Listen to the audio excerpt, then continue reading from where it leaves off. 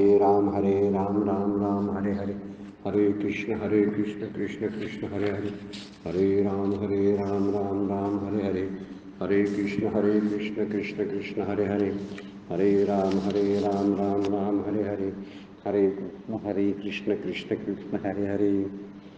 ब्रह्मानंदं परमस्पदं केवलं ज्ञानमूर्तिं द्वन्द्वातीतं गगनसदृशं तत्त्वमस्याविलक्षम् एकं नित्यं विमलम् अचलं सर्वधी साक्षिभूतं भावातीतं त्रिगुणरहितं सद्गुरुं तं नमामि सद्गुरु शान्तं सच्चिदानन्दविग्रहं पूर्णब्रह्मपरानन्देशम् आनन्दीवल्लभं सद्गुरु सच्चिदानन्दं केवलं करुणाकरं ज्ञानयोगेश्वरं वन्दे ज्ञानदेवाकुलाकुलाम्। अलंकापुरी पुण्यभूमि पवित्र तिथे नांदतो ज्ञानराजा सुपात्र, तया ठविता घडे पुण्यराशी नमस्कार माझा सद्गुरु ज्ञानेश्वरांशी। संतश्रेष्ठ श्री ज्ञानोबा माऊली, जगद्गुरु श्री तुकाराम महाराज, नाथ महाराज, सर्व संतांना वंदन करतो। परमपूज्य काकांना वंदन, परमपूज्य मंदाताईंना वंदन, आदरणीय चौधरी सरांना वंदन करून आजच्या चिंतनाला आपण सुरुवात करतोय। दुसऱ्या अध्यायामधला 72 नंबरचा श्लोक आणि त्याच्यावरच्या ओव्या याचा विचार आपण करणार आहोत। हा शेवटचा श्लोक आहे। दुसऱ्या अध्यायाचं तत्त्वज्ञान इथं समाप्त होतं आणि जे दुसऱ्या अध्यायाचं तत्त्वज्ञान आहे ते सर्व भगवद्गीतेचं तत्त्वज्ञान आहे। जे अभ्यास करतात त्यांना ठाऊक असेल की पुढे जर त्याचा विस्तारित रूप फक्त सांगितलेला आहे, परत परत परत परत विस्तार केलेला आहे त्याचा। ज्ञानेश्वर माऊलींनी सुद्धा परत परत त्या ओव्यांचा संदर्भ देऊन तेच तत्त्वज्ञान पुढे विस्तारानं सांगण्याचा प्रयत्न 18 अध्यायापर्यंत केलेला आहे। म्हणून सुरुवातीला आपण विचार जेव्हा केला, जेव्हा दुसरा अध्याय सुरू झाला त्यावेळेस आपण बोललो होतो किंवा विचार केला होता, चिंतन केलं होतं की जर दुसरा अध्याय ज्यांना समजला त्यांना ज्ञानेश्वरी समजू लागते, ही ज्ञानेश्वरी समजायला अडचण नाही। म्हणून पुन्हा पुन्हा दुसऱ्या अध्यायाचं तत्त्वज्ञान चिंतनात घ्यावं, त्या श्लोकांचं त्या ओव्यांचं पाठांतर यावं, मुखात ओव्या बसाव्यात, श्लोक बसावेत आणि त्याचं चिंतन दिवसभर आपण करत राहावं। म्हणजे बाकी मोठी साधना आपल्याकडून होऊन जाईल आणि त्या चिंतनामुळं दृढ जर चिंतन व्हायला लागलं तर ते आपोआप त्यामध्ये सहजता येईल आपल्या वागण्यामध्ये। असा एक प्रयत्न आपण करायला काय हरकत नाही। शेवटचा श्लोक आपण बघायला लागलो, एषा ब्राह्मी स्थिती पार्थम नयनम प्राप्य विमोहिती स्थित्वाश्रमंत काले अपि ब्रह्मनिर्वाण मृच्छती। अर्जुना, ही ब्रह्मासंबंधी अवस्था आहे। ही स्थिती शब्द वापरला आहे, त्याला अवस्था म्हणलेला आहे। या अवस्थेला प्राप्त होऊन कोणताही मनुष्य मोहाला प्राप्त होत नाही। नैनम प्राप्य विमोहिती म्हणजे कोणताही मनुष्य मोहाला प्राप्त होत नाही। प्राणोत्क्रमणाच्या काळात देखील या अवस्थेत स्थिर राहून ब्रह्मरूप मोक्षाला प्राप्त होतो। स्थित्वाश्रमंत काले अपि, अंतकाले अपि म्हणजे शेवटचा काळ सुद्धा, या स्थितीमध्ये शेवटच्या काळात देखील या स्थितीचा अनुभव घेऊन एखादी पुरुष स्थिर राहून ब्रह्मरूप मोक्षाला प्राप्त होऊ शकतो। किती सुंदर आणि सोपी आपल्याला आधार देणारी गोष्ट सांगितलेली आहे बघा, की ही जी स्थिती आहे ह्या स्थितीमुळं कोणताही मनुष्य मोहाला प्राप्त होत नाही। आणि महत्त्वाची गोष्ट आहे, समजा आयुष्यभर त्या साधनाच्या संपर्कात आपण आलो नाही, पण कधीतरी योगायोगानं किंवा प्रारब्धाप्रमाणे पुण्याच्या संचयामुळं आपण जर सहजपणाने शेवटच्या टप्प्यात आपल्या आयुष्याच्या हे जर साधन मनापासून जर केलं असेल तर या साधनामुळं आपल्याला मोक्षाची प्राप्ती होऊ शकते, जरी आयुष्य गेलेलं असलं तरी।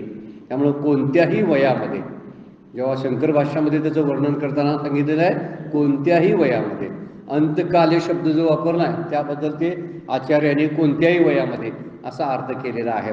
इथं माऊली जरा थोडासा वेगळा अर्थ करतात, त्यामुळे माऊलींचा अर्थ आपण बघणार आहोत। एक 2-3 ओव्या सुरुवातीच्या आहेत की ज्या त्याचं वर्णन करणाऱ्या आहेत आणि पुढे ज्या पुढच्या शेवटच्या ओव्या काही आहेत त्या तिसऱ्या अध्यायाचं सुरुवात करून प्रस्तावना करणाऱ्या आहेत।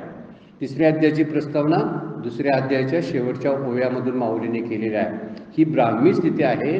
अशी ब्राह्मी स्थिती म्हणजे एक प्रकारची ब्रह्मासंबंधीची अवस्था आहे आणि अशा ब्रह्मासंबंधीच्या अवस्थामध्ये असणारा सत्पुरुष मोहाला बळी पडत नाही आणि मृत्यूसमयी सुद्धा शेवटच्या टप्प्यामध्ये सुद्धा या साधनांचा वापर करून तो मोक्षाला प्राप्त होऊ शकतो. समजा भले आपण धरूया स्थितप्रज्ञाची अवस्था आयुष्यभरच्या साधनांना आली नसली तरी काही सांगता येत नाही, त्या शेवटच्या वयात सुद्धा या साधनामुळं ती मोक्षाची प्राप्ती होऊ शकते. त्यामुळे या श्लोकामध्ये स्थिती शब्द वापरलेला आहे बघा. ब्राह्मी स्थिती, येषाम ब्राह्मी स्थिती, ही स्थिती आहे, त्याला अवस्था म्हणता येत नाही. इथं वर्णन करताना ब्रह्मासंबंधी अवस्था आहे असं म्हटलेलं आहे, पण अवस्था ही हलणारी असते, बदलणारी असते, त्याच्यामध्ये परिवर्तन असतं. पण स्थितीमध्ये आल्यानंतर परिवर्तन नसतं. स्थिती म्हणजे स्थित होणे, आणि स्थित शब्दावरून स्थितप्रज्ञ असा अर्थ तयार झालेला, शब्द तयार झालेला आहे. आणि स्थितप्रज्ञ म्हणजे ज्याची प्रज्ञा स्थिर झालेली आहे, म्हणजे स्थितीचं वर्णन करणारा हा श्लोक आहे. इथं वृत्तीचं वर्णन करत नाही. स्थिती आणि वृत्ती हे दोन शब्द वेगवेगळे आहेत. वृत्ती ही नेहमी हलणारी असते, त्याच्यात चलनवलन असतं, त्याच्यात धावणं असतं, भ्रमण असतं, फिरणं असतं. वृत्तीमध्ये फिरणं असतं आणि ह्या स्थितीमध्ये शांतता असते. पण वृत्ती जेव्हा स्थिर होते ना तेव्हा त्याला स्थिती म्हणायची. म्हणजे स्थिती आणि वृत्तीत हे थोडासा फरक आहे. या श्लोकामध्ये शब्द दिलेला नाही तो स्थितीचा दिलेला आहे, वृत्तीचा नाही. कारण वृत्ती उपयोगाला येत नाही. वृत्ती जेव्हा शांत होते, स्थिर होते, तेव्हा ती स्थितीत रूपांतरित होते, आणि स्थितीत रूपांतरित झाली की मगच त्याला त्या एका स्थितप्रज्ञाचा जो अनुभव आहे तो अनुभव येऊ शकतो. म्हणून इथं काय म्हणलेलं आहे, ब्रह्मस्थिती शब्द वापरलेला आहे. माऊलींनी वर्णन करताना म्हणलेलं आहे. आपण याचं शेवट करूया. एषा ब्राह्मी स्थिती पार्थम नैनम प्राप्य युमो इति स्थित्वाश्रमंत काले अपि ब्रह्म निर्वाण मृच्छति इति श्रीमद्भगवद्गीतासु उपनिषत्सु ब्रह्मविद्यायां योगशास्त्रे श्रीकृष्णार्जुन संवादे सांख्ययोग नाम द्वितीय अध्याय. श्रीकृष्णार्पण नमस्तु आपण करूया तो अध्याय. आणि एवढे हे 72 श्लोक आहेत भगवद्गीतेचे, इथं हे संपलेले आहेत. त्यामुळे समाप्तीचं आपण जे संभाषण आहे ते बघितलं. माऊली 368 नंबरमध्ये त्याबद्दल काय बोलतात बघा. हे ब्रह्मस्थिती निश्चिम जे अनुभविता निष्काम ते पावले परब्रह्म अनायसे. हे थोडक्यात एकाच ओळीमध्ये अर्थ करून टाकलाय बघा. ही ब्राह्मी अवस्था अमर्याद आहे. हे ब्रह्मस्थिती निश्चिम, निश्चिम शब्दाचा अर्थ आहे अनलिमिटेड, अमर्याद असा अर्थ आहे. जे अनुभविता निष्काम, जे निष्काम पुरुष हिचा अनुभव घेतात, अनुभविता निष्काम, ते अनायसे म्हणजे सहजपणाने शुद्ध निरुपाधिक परब्रह्माला विदेह मुक्तीला प्राप्त होतात. जरा खंदारकर महाराजांनी जरा वेगळा अर्थ वापरलेला आहे, विदेह मुक्तीचा विचार केलेला आहे. ते पावले म्हणजे प्राप्त होतात, परब्रह्म अनायसे ते परब्रह्म रूपाला म्हणजे मोक्षाला म्हणजे विदेह मुक्तीला प्राप्त होतात. जरासा फरक म्हणजे जीवनमुक्ती आणि विदेह मुक्तीचा आहे. जेव्हा देह सोडायच्या वेळची जी मुक्तीची त्या क्षणाची प्राप्ती आहे त्याला विदेह मुक्ती म्हणतात. देहाचं विदेह शब्द वापरलेला आहे. विदेही म्हणजे देहाचं देह सोडून त्याचं प्राणोत्क्रमण होत असतं त्यावेळची स्थिती, त्यावेळची मुक्ती जी आहे त्याला विदेह मुक्ती म्हणतात. आणि जर गुरुकृपेनं ईश्वर कृपेनं जी अगोदरच प्राप्त झालेली असते आणि त्या अवस्थेमध्ये तो एखादा पुरुष जन्मभर मरेपर्यंत त्या स्थितीमध्ये मुक्त अवस्थेमध्ये राहतो, ती जीवनमुक्ती असते. जीवनभर मुक्त स्थितीमध्ये असणं त्याला जीवनमुक्ती म्हणतात. आणि शेवटच्या क्षणाला ज्यावेळी मुक्ती मिळते त्या मुक्तीचा विचार ह्या श्लोकामध्ये केलेला आहे. शेवटच्या क्षणाला ज्यावेळी मुक्तीचा अनुभव येतो ती विधेय मुक्ती असते. म्हणून तर अर्थ करताना विधेय मुक्तीला प्राप्त होतो अशी ब्रह्मस्थिती ज्याला प्राप्त झालेली असते त्याला कशाचीही मर्यादा राहत नाही. निश्चिम म्हणजे व्यापक असलेलं ब्रह्म आहे. तो व्यापक ब्रह्म त्या पुरुषाला सुद्धा जीवनमुक्ताला व्यापक करून टाकतं. ब्रह्मस्थिती निश्चिम, निश्चिम म्हणजे अमर्याद पार. त्याला काळाची व्यक्तीची याची मर्यादा कोणतीही नसते. देश काळ वस्तूचा परिचय नसतो त्या अनुभवाला. म्हणून निश्चिम शब्द वापरलेला आहे. तर काळ, परिस्थिती, वय यांची सीमा राहत नाही. कोणत्याही वयामध्ये ते होऊ शकतं, कुठल्याही वयामध्ये. वय शब्दाचा अर्थ सांगितलेला आहे अगदी अंतकालामध्ये सुद्धा त्या अनुभवाची प्राप्ती होऊ शकतं. उदाहरणार्थ विचार जर केला तर 10व्या वर्षीच आचार्यांना वेगळे अनुभव आले. वयाचं काय बंधन आहे का बघा, काय नाही. 10व्या वर्षीच त्यांना चिदानंद रूपाह शिवोहम शिवोहम असा अनुभव त्यांचा आहे. तो आत्मषटकमधला अनुभव आहे. 10व्या वर्षीच पुरलेला अनुभव आहे. काय वयाची मर्यादा लागते काय सांगा बघू? माऊलींना वयाची मर्यादा होती का? सगळ्यांचा विचार केला तर वयाचं कुठलंही बंधन नाही. काही सत्पुरुष आहेत वयाच्या शेवटच्या टप्प्यामध्ये खूप वर्षे जगल्यानंतर दीर्घायुष्य लाभल्यानंतर त्यांना ती स्थिती प्राप्त झालेली आहे. आणि काहींना अगोदरच माऊलींची ओळीच आहे, बाळपणी सर्वज्ञता वरी ते माऊलीच म्हणतात. आता माऊलींच्या बद्दलच बोललेलं आहे. लहानपणी सर्वज्ञता लाभते त्यांना, काय सांगता येत नाही.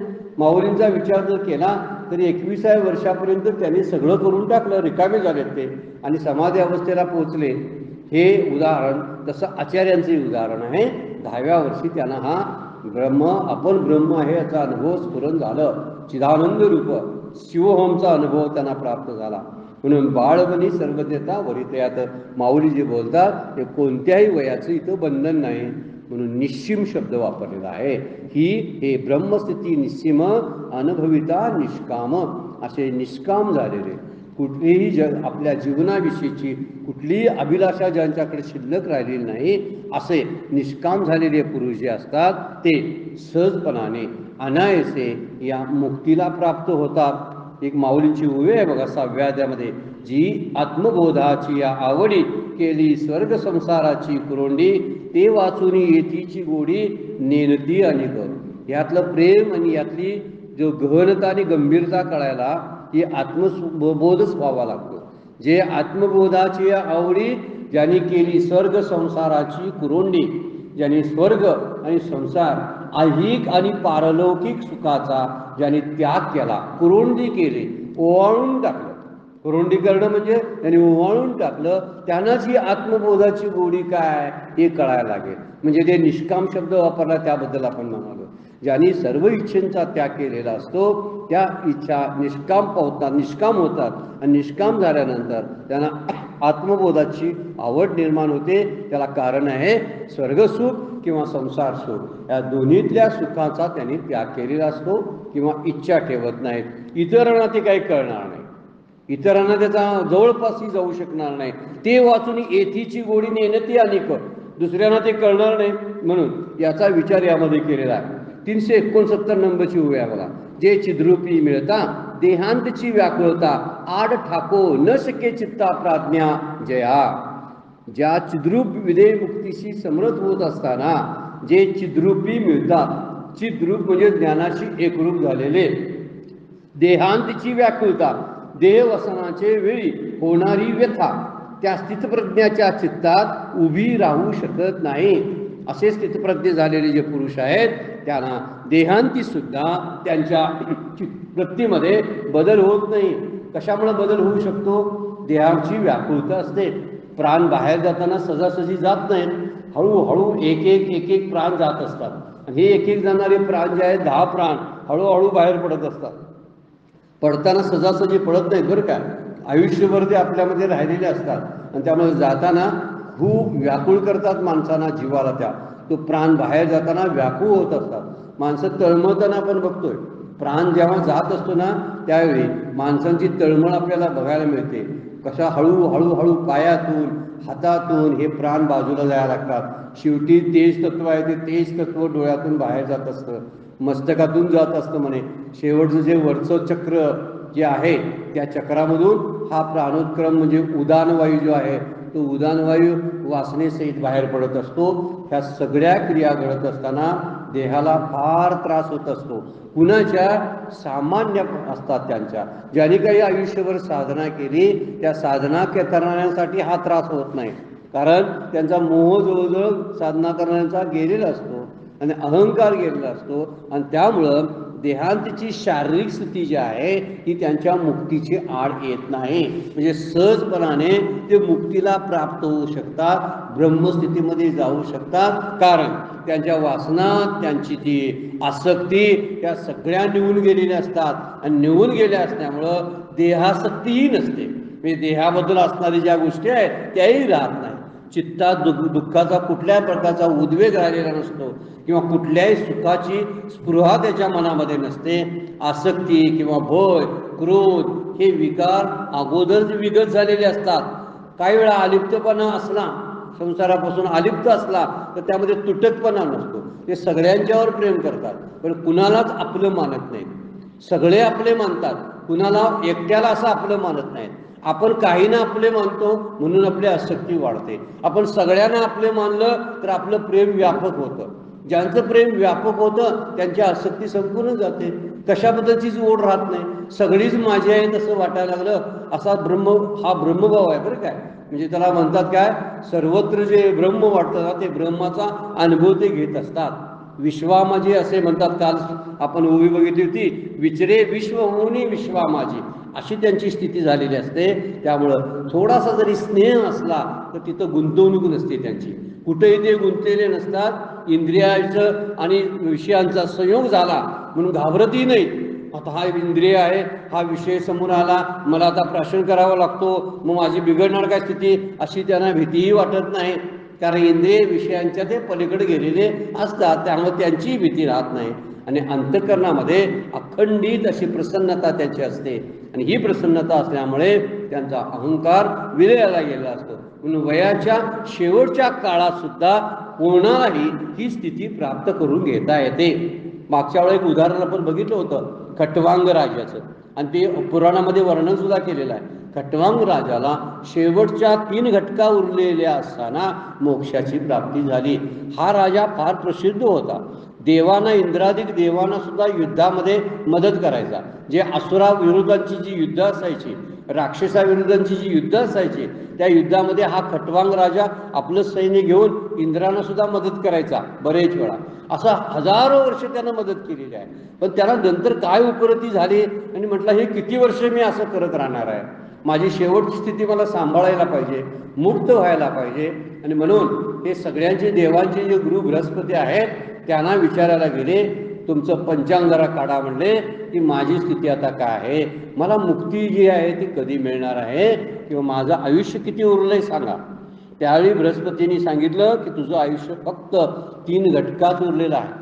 त्यामुळे त्याने स्वर्गातून खाली मृत्यूलोकात खट्वांग राजा आले म्हणे, आणि त्यांनी साधना केली आणि 3 घटका राहिले असताना सुद्धा मुक्तीची प्राप्ती करून घेतली. हे खट्वांग राजाचं उदाहरण आपल्याला पुराणामध्ये बघायला मिळतं. सांगायचा मुद्दा कोणता आहे, वयाची जी मर्यादा आहे ती वयाची मर्यादा नाही, किंवा शेवटच्या देहाच्या ज्या स्थितीमधून सुद्धा विदेह मुक्ती प्राप्त करून घेता येते. परीक्षित राजाला 7 दिवसात मुक्ती प्राप्त झाल्याचा आपल्याकडे भागवत पुराणामध्ये सांगितलेला आहे, की त्याला तक्षक हा जो साप दंश करणार होता हे त्याला सांगितल्यानंतर 7 दिवसच तू जगणार आहेस असं म्हटल्यानंतर 7 दिवसात काय करायचं, तर शुकाचार्यांनी त्याला 7 दिवस भागवत सांगितलं, आणि भागवतामुळं 7व्या दिवशी तो मुक्त झाला. म्हणजे 7 दिवसात सुद्धा मुक्त होतं. अशी उदाहरणं आपल्याकडे आहेत. या सगळ्याचा विचार जर केला तर हे ब्रह्म जे आहे, हे ब्रह्माचा अनुभव घेणं जे आहे, अनुभव सर्वश्रेष्ठ दर्जाचा अनुभव आहे. रामकृष्ण परमहंस म्हणतात जगातल्या सर्व गोष्टी उष्ट्या आहेत. उष्ट्या म्हणजे त्याला कुणाला तरी स्पर्श झालेला आहे. जगातल्या सगळ्या गोष्टी उष्ट्या आहेत, एकच गोष्ट उष्टी झालेली नाही, ते म्हणजे ब्रह्म. त्याला उष्टापणा काही नाही आहे, त्याला काय पारुस होणं नाही आहे. म्हणून एकच गोष्ट अशी आहे की जी उष्टी झाली नाही, ते आहे ब्रह्म. कारण आजवर त्याबद्दल कोणीही तोंडानं ब्रह्माबद्दल काय सांगितलं नाही.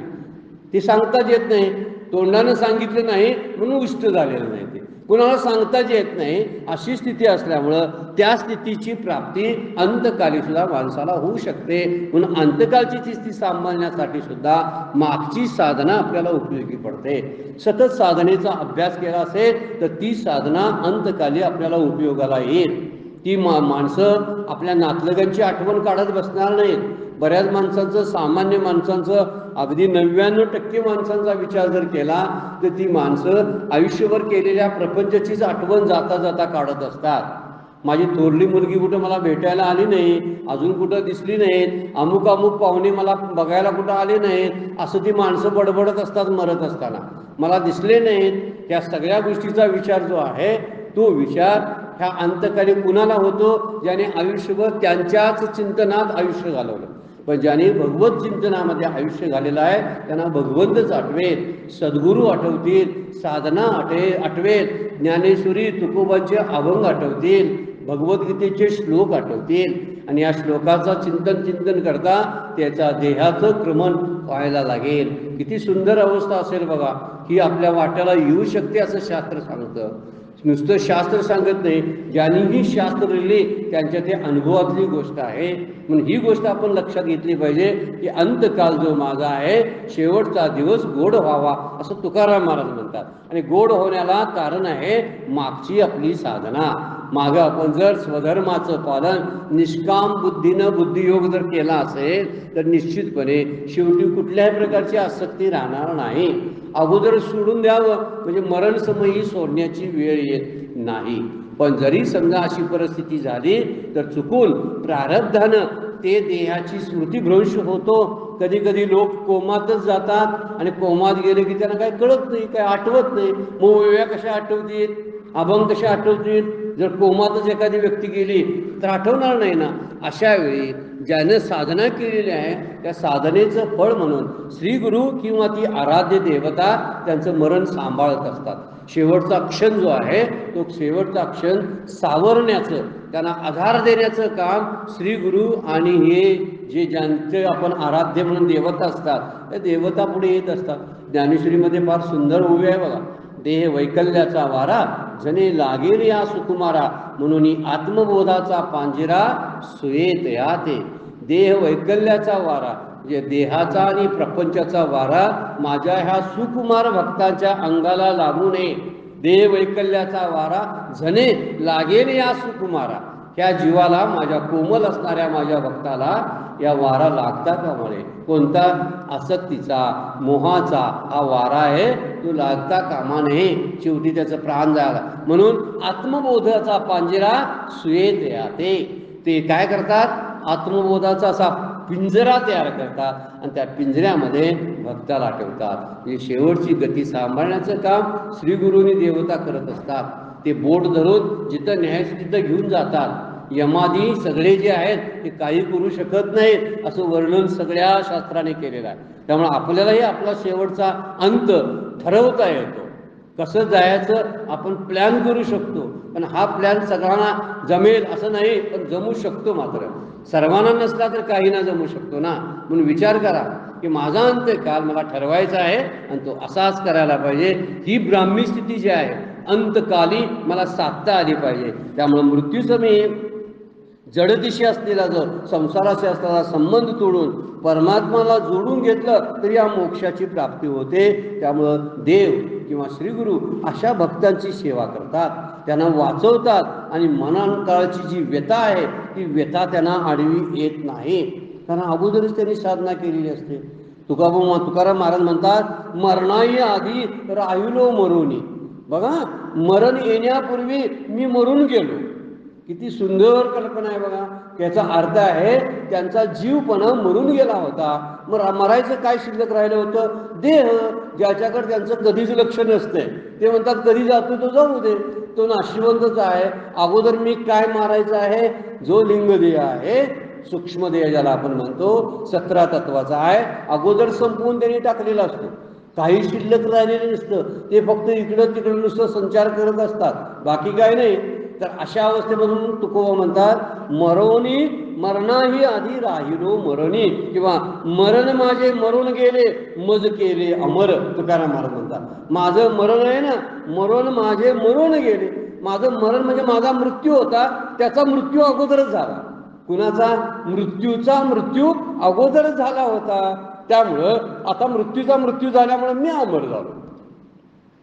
हे अगदी ब्राह्मी स्थितीला पोचलेल्या माणसाची उदाहरणं आहेत की ज्याने जीवपणा टाकून दिलेला आहे, ज्यांची देहासक्ती संपूर्ण गेलेली आहे, तेच फक्त असं बोलू शकतात. त्यामुळं ही जी वर्णन आहेत जे चिद्रूपी मिळतात, चिद्रूपी म्हणजे त्या तत्वाशी, ते मुक्तीशी, विधेय मुक्तीशी समरस झालेले असतात, चिद्रूप झालेले असतात. देहांतीची व्याकुळता आड ठाकू न सके चित्ता प्राज्ञा ये जया. देव वासनाच्या होणारी व्यथा त्या स्थितप्रज्ञाच्या, प्राज्ञा म्हणजे स्थितप्रज्ञ व्यक्तीला, त्रास देत नाही, त्याच्या चित्तात सुद्धा उभी राहू शकत नाही. कोणती? देहासक्ती म्हणजे किंवा मरणाची भीती ही त्याच्या चित्तामध्ये राहिलेली नसते. शांतपणे तो देह सोडतो. आता पुढे वर्णन करताना 3ऱ्या अध्यायाची प्रस्तावना सुरुवात केलेली आहे. तेची ही स्थिती स्वमुखी श्रीपती सांगत अर्जुनापती संजय म्हणे. आता संजयाचं बोलणं आहे. संजयाच्या मुखामध्ये हे वाक्य घातलेलं आहे, भगवद्गीतेने घातलेलं नाही. भगवद्गीता तसलं काही जास्त बोलत नाही, थोडक्यात बोलते. ज्ञानेश्वर माऊली आमच्या बुद्धीचा विचार करून सगळं व्यवस्थित स्पष्ट करून सांगतात. कुणी म्हणलं असेल तर संजय सांगितलं, कुणाला कुणी सांगितलं तर संजय बोलतो की अर्जुन असा म्हणाला. म्हणून म्हणतात त्याची हे स्थिती ही ब्राह्मी अवस्था श्रीपती श्रीकृष्ण स्वमुखाने अर्जुनाला सांगत आहेत असे संजय म्हणाला. ऐशे कृष्ण वाक्ये ऐकले ते तर अर्जुन म्हणी म्हणतले, आता आमची या काजकीर आले उपपत्ती. या ही चांगली उपपत्ती मांडलेली आहे. उपपत्ती म्हणजे शास्त्र मांडलेलं आहे. श्रीकृष्णाचे बोलणे ऐकले आणि अर्जुन मनात म्हणाला, भगवंताच्या बोलण्यातील सर्व युक्ती आता खरोखर आमच्याच उपयोगास आल्या आहेत. म्हणजे काय सांगितलेलं आहे? तू काय करणं शिल्लक राहत नाही. ज्ञानयोगामध्ये क्रिया नसते ना, त्यामुळे काय करावं लागत नाही. मग आता अर्जुनाला बरं वाटायलंय, मी आता युद्ध करायची काय गरज नाही असं भगवंतांनी स्वमुखानं मला सांगितलेलं आहे. म्हणून काय म्हणतो तो, आता आमची या काजा कीर आले म्हणजे ही गोष्ट आमच्याच उपयोगाला आली. काजा कीर आले म्हणजे आमच्याच उपयोगाला आली. उपपत्ती. या उपपत्ती म्हणजे भगवंतांनी सांगितलेली युक्ती ज्ञानयोगाची. जो बुद्धियोग आहे ना, त्या बुद्धियोग सांगितलेला आहे. आपण कर्म करणं काय नाही, त्यामध्ये कर्म नाही. मग कर्म नाहीत याचा अर्थ असा होतो की याला वेगळा विचार काढला. वास्तविक कर्म नाही असं नाही, ज्ञानयोगामध्ये आहेच, पण त्याला लक्षात आलं नाही. तो म्हणतो नाही आता काय करायचं, म्हणजे मला आता युद्ध करावं लागत नाही. म्हणजे माझं मत आता भगवंतांना पटलेलं आहे. म्हणूनच त्यांनी इतक्या ह्या ओव्या वापरल्या, 375 ओव्या जवळजवळ वापरल्या. त्या कशासाठी? आता करायचंच नाही काय, मला बरं झालं असं म्हणतो तो. हे जे कर्म जात आगवे येथ निराकरले देवे, कारण देवाने सर्व कर्माचा निषेध केलेला आहे. निराकरले म्हणजे निषेध केलेला आहे. तरी पारुशिले म्या झुंजावे म्हणून या, म्हणून मी युद्ध करावे अर्थातच थांबले. पारुशेल थांबले, निराकारिले म्हणजे निषेध केलेला आहे. जे कर्म जात आगवे म्हणजे जो कर्माचा निषेध आहे, कारण देवाने सर्व कर्मांचा निषेध केला आहे. कारण देव म्हणतोय कर्माला काही किंमतच नाही ना, कर्मानं काहीच होत नाही ना, त्यामुळे कर्म करायची काही गरजच नाही ना. म्हणजे याला वाटलं युद्ध करायची गरजच नाही असा त्यानं अर्थ घेतलेला आहे बघा. म्हणून मी युद्ध करावे हे अर्थातच थांबले. तरी पारुशेल म्या झुंजावे म्हणून या. पारुशेल म्हणजे आता थांबलं, आता काही गरज नाही. त्यानं चुकीचा अर्थ काढलाय बरं काय त्यातला. ऐसा श्री अच्युताची या बोला चित्ती धनुर्धर उवाईला. आता प्रश्न करील भला अशंकोनी. श्रीकृष्णाच्या अशा बोलण्याने अर्जुन मनात प्रसन्न झाला. चित्ती धनुर्धर उवाईला. उवाईला म्हणजे आनंदला. आनंदने शब्द मागे 2 वेळा शब्द गेलात बघा, पुन्हा पुन्हा ते शब्द येतात. पण काहींची अशी आपली एक वेगळी डिक्शनरी सुद्धा बाहेर मिळतात. ज्ञानेश्वरीची डिक्शनरी आता बाहेर उपलब्ध आहे. कुणाला जे जास्त जिज्ञासा आहे जाणून घेण्याची, त्याला त्या डिक्शनरीचा सुद्धा वापर होऊ शकतो. उवाईला शब्द म्हणजे आनंदला असा अर्थ आहे, प्रसन्न झाला. आता तो शंका घेऊन चांगल्या प्रश्नाचा स्वतःचा करता होईल. आता प्रश्न करील भला अशंकोनी म्हणजे त्याच्या ज्या शंका आहेत त्या शंकांचा प्रश्न आता तयार होणार आहे. म्हणजे कुठली शंका? तुम्हीच म्हणत होता युद्ध करा, आता तुम्हीच सांगताय युद्ध करायची काही गरज नाही. म्हणजे कर्माची, युद्धाची नव्हे, कर्माची गरज नाही. तुम्हीच कर्माचा निषेध करता, म्हणजे तुमचंच मत आणि माझं मत एक झालं असं त्यांना म्हणायचं आहे. तो प्रसंग असे नागरू. तो प्रसंग मोठा सुंदर आहे. नागरू म्हणजे सुंदर आहे. जो सकळ धर्माशी आगरू, जो सगळ्या धर्माचं आगर आहे. की विवेकामृत सागरू प्रांतहीन असून हा विवेकामृताचा अमर्याद सागर आहे. काय हा प्रसंग आता जे सांगणार आहेत पुढे, म्हणजे आता कर्मयोग सांगायला 3ऱ्या अध्यायात सुरुवात करणार आहेत ना, तो प्रसंग कसा आहे? विवेक अमृताचा अमर्याद असा सागर आहे. धर्माचं ते अगर म्हणजे स्थान आहे, किंवा तो प्रसंग फार सुंदर आहे. जो आपण सर्वज्ञ नातू निरूपिता होईल श्री अनंतू. ज्ञानदेव सांगेल मातू निवृत्ती दासू.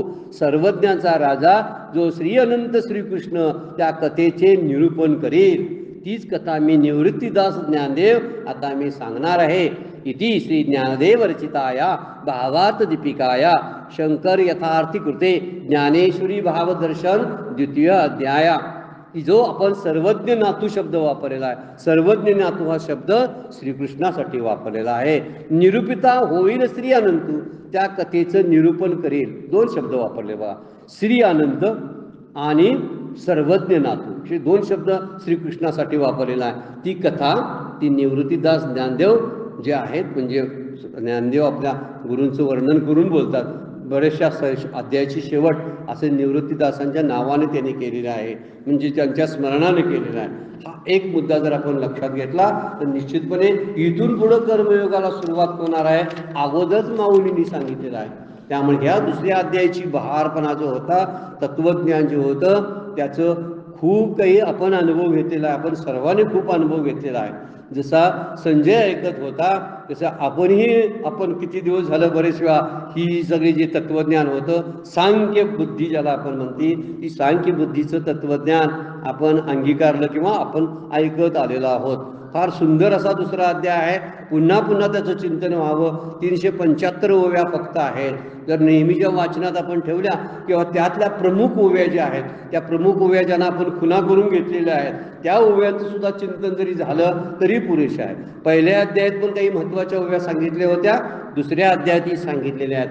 ज्यांच्याकडे त्या ओव्या नसतील त्यांनी कधीही केव्हाही फोन करून त्या विचारल्या तरी चालतील. काही लोकांच्याकडे असणार आहेत त्या, पण काहींचं अनावधानानं त्या टीका करायची राहिली असण्याची शक्यता आहे. तरी पुन्हा सुद्धा विचारून घेऊ शकता. वास्तविक आपण ते काय ग्रुपवर टाकू शकत नाही, कारण प्रत्येकाच्या दृष्टीनं महत्त्वाची ओवी वेगवेगळी असू शकते. ही आपण जनरली काढलेल्या ओव्या आहेत. महत्त्वाच्या ओव्या प्रत्येकासाठी वेगवेगळ्या असतील. आपणही काढाव्यात. हे आमच्या कमी बुद्धीनं आम्हाला काढता येतील तेवढ्या आपण काढलेल्या आहेत. म्हणून या दुसऱ्या अध्यायाचं हे ज्ञानाचा सगळा भाग जो आत्मज्ञानाचा आहे, हे आत्मज्ञान प्राप्तीसाठी दुसरा अध्याय पुरेसा आहे. याचं अंगीकारण केलं, यांचं चिंतन सतत करत आपण बसलो ना तर खूप काही प्राप्त केलेल्याचं समाधान आपल्याला मिळेल.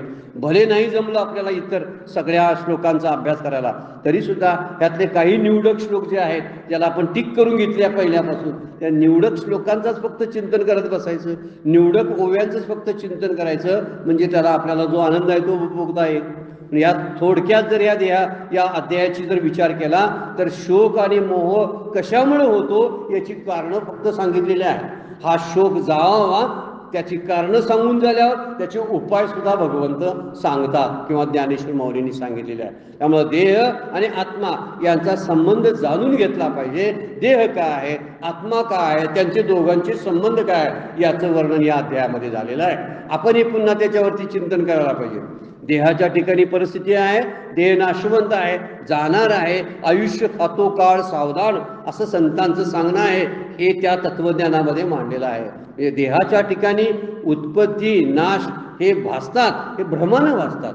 वास्तविक देहाची उत्पत्ती होत नाही, नाशही होत नाही असं म्हणायलाही जागा आहे. कारण तोच पुन्हा जन्माला येतो ना, पुन्हा कुठंतरी शरीर येतात जातात, शरीर येतात, पण तो आतला देही आहे किंवा शरीरी आहे, ते शरीरीचा नाश होत नाही, देहाचा नाश होईल. शरीरी येतात जातात. म्हणजे उदाहरणार्थ काहीतरी होतं, एखाद्या घरावर कावळा येऊन बसतो, कधी कधी चिमणी येऊन बसते, कधी पोपट येऊन बसतो, असे शरीर कुठलं तरी येऊन त्या आत्म्यावरती येऊन बसत असतं. घर म्हणजे आत्मा आणि कावळा चिमणी पोपट ही शरीरांतर आहेत. म्हणजे सगळी शरीर जे आहेत बदलून येतात फक्त. म्हणजे ड्रेस बदलून माणसं जशी येतात, एखादा नट येतो ना, तसंच फक्त होतं. त्यामुळे त्याच्याबद्दल दुःख वाळणं चुकीचं आहे असं भगवंत सांगतात. त्यासाठी उपाय म्हणून सांगतात की इंद्रिय अधीनता सोडून द्यायला पाहिजे, मनाला वश करून घेतलं पाहिजे. आणि जे मनाला वश करून घेतात आणि आपली बहिर्मुखता सोडतात, ते अंतर्मुख होऊन स्थितप्रज्ञापर्यंत पोहोचू शकतात. त्यामुळे इथं हे जे सांगितलेलं आहे की तू युद्ध कर, तू कर्म करणं फार गरजेचं आहे. स्वधर्माचं पालन कर. तुझं कर्तव्य हेच नीटपणाने केलंस तरी तुझ्यासाठी स्वर्गाची द्वारं खुलं आहेत असं अर्जुनाला काय केलेलं आहे, मार्गदर्शन केलेलं आहे. निष्काम कर्मयोगाचा उपदेश केलेला आहे. आणि त्यामुळे या निष्काम कर्मयोगातून निश्चयात्मक अशी बुद्धी तयार होते. आणि हीच बुद्धी तुला निश्चितपणाने कर्माच्या फलाची जी आसक्ती आहे त्या आसक्तीतून काढून टाकेल.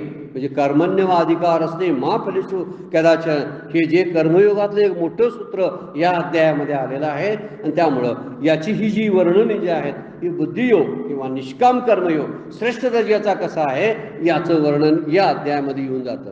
या अध्यायाची खरी वैशिष्ट्यता कोणती असेल तर स्थितप्रज्ञांची लक्षणं. अत्यंत उच्च दर्जाचे जे लोक आहेत की ज्या ब्राह्मी स्थितीला पोचलेले आहेत त्यांची लक्षणं, तो दिसतो कसा, बोलतो कसा, वागतो कसा, असा प्रश्न जेव्हा अर्जुनाने विचारला त्या अर्जुनाच्या प्रश्नाला उत्तर देताना जवळजवळ 17-18 श्लोक भगवंतांनी वापरलेले आहेत. त्याच्यावरती खूप ओव्या माऊलींनी भाषांतरित केलेल्या आहेत. त्याचा अर्थ असा होतो त्या आपल्याला जगण्यासाठी आपल्या साधनेसाठी त्यांची लक्षणं उपयोगाला येतात. मोठ्या माणसांची जी लक्षणं असतात ते आपल्या साधकांची साधनं असतात असं शास्त्रानंच सांगितलेलं आहे. त्यामध्ये साधन म्हणून आपल्याला स्थितप्रज्ञांची लक्षणं या विचार करता येते. अनेक विषयाचा मुद्दा सांगितला आहे. विषयाचं चिंतन जे आहे ते विषयाचं चिंतन किती वाईट आहे याचंही वर्णन एका श्लोकामध्ये केलेलं आहे. म्हणजे ध्यायतो विषयन पुसा संगेस्ते शोपजायते संगात संजायते कामा वगैरे वगैरे वर्णन करायला चालू केलेलं आहे. आणि त्या श्लोकामधून त्याच्यावरच्या ओव्यामधून ज्ञानेश्वर माऊलींनी विषयाचं चिंतन हे कसं आहे की सगळ्या पापांना बोलवणारं आहे अशी ओवी टाकलेली आहे. त्यामुळे शक्य होईल त्या विषयाच्या चिंतनातून तू बाहेर पड असं एक अध्यायामध्ये सांगितलेलं आहे. मग काय त्यासाठी कर तर तुझं चित्त प्रसन्न व्हायला पाहिजे, शुद्ध व्हायला पाहिजे, निर्मळ व्हायला पाहिजे. त्यासाठी साजरा कर. चित्त शुद्ध निर्मळ झालं की जे प्राप्त व्हायचं ते आपोआप प्राप्तच आहे. ते आपल्याला दिसायला समोर लागेल. म्हणून प्रसन्न चित्ताची लक्षणं सुद्धा यामध्ये सांगितलेलं आहेत. पण काय करावं, कुठल्याही स्थितीमध्ये असं फुगवून जाऊ नये, संतुष्ट राहावं, समाधानी राहावं. समुद्राचं वर्णन केलेलं आहे. समुद्रामध्ये सगळ्या नद्या कशा येऊन मिळतात पण समुद्रामध्ये फुगीरता येत नाही. पण समुद्रात कधी पाऊस लागला नाही आणि कुठल्या नद्या आल्या नाहीत म्हणून समुद्र कधी आटतही नाही. समुद्राला कधी पूर येत नाही आणि समुद्र कधीच आटत नाही. ही संतुष्टता ही स्थितप्रज्ञाची आहे. ती आपल्या अंगात बाणावी. प्रपंच करताना सुद्धा संतुष्ट आपण असलो पाहिजे. ठेविले आनंदे तैसेची राहावे, चित्ती असू द्यावे समाधान, तुकाराम महाराज म्हणतात. आणि या सगळ्या गोष्टीचा विचार जर आपण केला तर निश्चितपणे ती समाधानाची स्थिती जी आहे किंवा त्याला ब्राह्मी स्थिती म्हटलेला आहे ती ब्राह्मी स्थिती आपल्याला प्राप्त होईल. शेवटी तरी आता आपण जो विचार या चिंतनामध्ये केलेला आहे जो आपला अंतकाळ आहे तो अंतकाळ सुधारण्यासाठी सुद्धा ही आपली साधना उपयोगी पडणार आहे. एक प्रकारचं ही काय आहे रंगीत तालीम असते. लक्षात घ्या, ही रंगीत तालीम झाली पाहिजे. रंगीत तालीम म्हणजे मुख्य जो प्रयोग असतो ना त्या प्रयोगाच्या अगोदर घेतलेला एक ट्रायल म्हणून प्रयोग असतो ना त्याला रंगीत तालीम म्हणतात. असे मोठी नाटकं असतात ना त्या नाटकाची अगोदर प्रॅक्टिस करत असतात. पण जेव्हा 4 दिवसानंतर खरोखर स्टेजवर नाटक जाणार असतं ना त्याच्या अगोदर 3-4 दिवस रंगीत तालीम घेतात. रंगीत तालीम म्हणजे खरंच नाट्य असते ते, फक्त त्याला प्रेक्षक नसतात. आणि शेवटचा जो प्रयोग आहे त्या प्रयोगाला प्रेक्षक असतात. हे वर्णन जर लक्षात ठेवलं तर अगोदरची साधना, अगोदरचं नाम साधना, ध्यान साधना, तत्वचिंतन ही रंगीत तालीम आहे. कुठल्या प्रयोगाची, जो शेवटचा अंतकाल माझा आहे ना तो खरा सादर करायचा आहे आपल्याला. तिथंच करणार आहे मी खरा नट होतो की नाही, मी खरंच साधना प्रॅक्टिस केली होती की नाही, माझ्या भूमिकेची जी भूमिका मी निभावली आयुष्यभर 70-80 वर्षाच्या वयामध्ये ती भूमिका योग्य निभावली होती की नाही त्याचं प्रकटीकरण मृत्यूच्या समयी आपल्याला दिसायला लागतं. ज्याचा मृत्यू कसा होतो म्हणजे जगणं जे आहे ते जनरली इतर लोकांच्यावरून समजतं. एखाद्या यशस्वी पुरुषावरून समजतं की जीवन जगायचं कसं असतं, पण मरायचं कसं असतं हे साधू पुरुषाच्या मृत्यूमुळे कळत असतं. साधू पुरुषांचं जाणं आहे ना की ते मोठ्या प्रकारचं असतं. अगोदरचं जगणं कसंही असू दे पण त्यांचा शेवटचा दिवस गोड असतो. त्याला कारण आहे त्यांची साधना. म्हणून इथे एक आपल्याला दिलासा देणारी गोष्ट भगवद्गीता सांगते, ज्ञानेश्वरी सांगते, ती म्हणजे आपला अंतकाल आपल्याला सुधारता येतो. काही बदलता येत नाही आपल्याला पण अंतकालाची व्यवस्था मात्र करता येते. आता याला येत नाही बऱ्याच वेळा कुणाचं तरी सामान शेवटचं जे आहे अंत्यविधीचं ते सामान द्यायला सुद्धा मुलं आता जवळ नसतात. ती कुठेतरी बाहेरच्या राष्ट्रामध्ये असतात.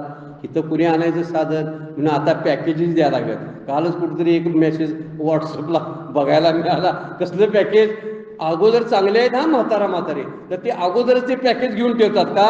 शेवटच्या वेळी माणसं, रडणारी माणसं, वाहून नेणारी माणसं, तिरडीचं साहित्य, 12 दिवसाची विधी करायचे सगळे, ती सगळं तीच करणार आहे. त्यांना अगोदर पॅकेज द्यायचं आणि दोघा म्हातारी वाट बघत बसायचं मारायची. काय पद्धती आलेल्या आहेत. हे ना मृत्यू सुधारणं म्हणत नाहीत बरं का. ह्या मृत्यूचा विचार जो आहे, हा मृत्यूचा विचार आपल्याला जर जीवनमुक्तीचा अनुभव जर घ्यायचा असेल तर शेवटच्या टप्प्यामध्ये सुद्धा घेता येतो, आपण ठरवता येतो. बाकी काही ठरवताच येत नाही आयुष्यातलं, पण मृत्यूचं नियोजन करता येते मात्र. आणि मृत्यूचं जर नियोजन आपण जर करायला लागलो, कसा मृत्यू माझा व्हावा, असा व्हावा. आता कुठं व्हावा, कोणत्या रोगानं व्हावा हे आपण ठरवू शकत नाही, पण त्या रोगाच्या स्थितीमध्ये कुठल्याही ठिकाणी मी कसं असावं हे मी ठरवू शकतो. कारण मी अगोदर साधना करून तयार राहिलो पाहिजे, त्याशिवाय ही स्थिती आपल्याला ठरवता येणार नाही. आणि या सगळ्याचा विचार या अध्यायामध्ये केलेला आहे. फार सुंदर सुरेख अध्याय, अगदी शेवटचा, अगदी कळसाचा अध्याय म्हणायला हरकत नाही. प्रत्येकाने वेगवेगळे कळसा अध्याय म्हणतात. कोण 9वा अध्याय श्रेष्ठ म्हणतं, कोण 12वा म्हणतं, कोण 18वा म्हणतं. आता कुणाला जे झेपतंय त्याच्याप्रमाणे अध्याय श्रेष्ठ म्हणावा आणि रिकामं व्हावं. जनरली जे बोललं जातं या दुसऱ्या अध्यायाचं तत्वज्ञान फार उपयोगाचं आहे, संसार प्रपंच करण्यासाठी सुद्धा आणि परमार्थ करण्यासाठी सुद्धा, आयुष्यामध्ये व्यवहारात चांगलं आदर्श माणूस म्हणून जगण्यासाठी सुद्धा आणि मुक्त होण्यासाठी सुद्धा. या दोन्ही अवस्थेमध्ये म्हणजे निश्रेयस आणि काय म्हणतो आपण अभ्युदय, या दोन्ही गोष्टी साधणाऱ्या ह्या पद्धती या अध्यायामध्ये वापरलेल्या आहेत. आपण याचं खूप चिंतन करावं आणि त्याचा उपयोग करून घ्यावा. आता वेळ संपलेला आहे, चिंतनाला विराम घेऊ आपण. पुंडलिक वरदा हरी विठ्ठल श्री ज्ञानदेव तुकाराम.